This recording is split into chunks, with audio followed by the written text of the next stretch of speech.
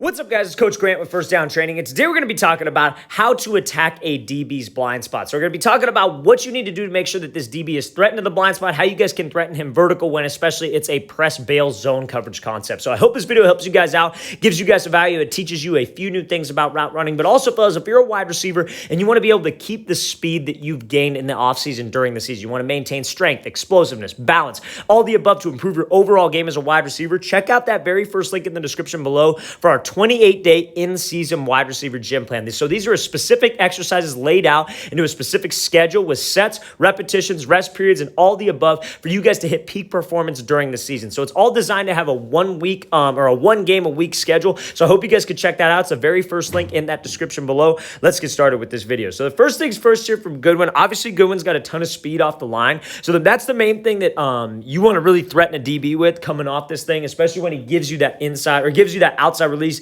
when he's trying to force you back to the inside. So when he's here, we see that this DB's lined up inside shade, right? But what he's going to end up doing is this press bail concept. So when we're in a situation where it's a catch technique like this, Goodwin does a good job of coming off the line with this release and getting a read on this DB, seeing how he's going to play him, seeing what he's going to do. Is he going to keep the inside? Is he going to jump to the outside? Whatever it is, we cannot force the route. As a receiver, if this DB's inside shade heavy, we cannot force an inside release. We got to go with the outside release. We got to make sure that we keep timing with that quarterback. Now, when we come off the line of scrimmage here and we give this release here, this DB jumps to the outside. He's taking away the outside. He's trying to force Goodwin to the inside. So as a receiver, what does that mean? That means that he probably has safety help towards the inside. He wants me to go to the inside because if I'm going to be running a post, if I'm going to run a dig, if I'm going to run a deeper post, like it maybe like a skinny post, he's got help over there. His job is not to let you beat him behind him because that is where he's supposed to protect. He does not want to get beat to the outside. So that's what we have to threaten as a wide receiver. This is like zone coverage. It's a form of zone coverage with press bails. You see how Goodwin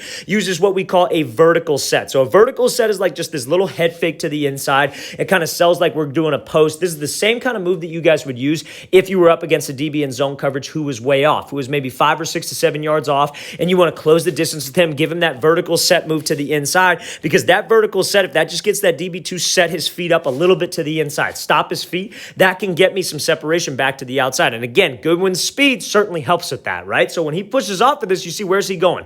This is the blind spot of a DB. That vertical set is one of the best moves to attack the blind spot of the DB because at this point right here, he doesn't have eyes on him. He can't see where he's going. He's going all off of feel. So if you guys can use that vertical set move to the inside, push up vertical to the outside with speed, you're committed with your pad level, you're committed with your stride, that's what's going to get that DB to overcommit to the fade. And then you see how Goodwin just pops this thing off and has that violent drop of his hips. He's taking those powerful steps and he's able to just completely decelerate. And we got just about 5 yards of separation simply because of that vertical set, pushing up to that blind spot with some speed, and that's what moves that DB off of there, right? So now if he would be doing, you want to do the exact same thing because this is a stop route, right? Or a chains route, whatever you want to think of it. You would want to do the exact same thing when you guys are running a fade. Maybe you're backside on the play. Maybe the quarterback's working the left side of the field. Your job is just to run the guy off, and he's playing you like this in this press bail concept, or maybe he's off at about 5 to 7. Maybe he's 10 yards off. You would want to do the exact same thing, hit him with the vertical set, attack to the outside, let him feel your speed, let him feel threatened by this, because trust me, a DB when he's in this coverage, this is either maybe cover 3,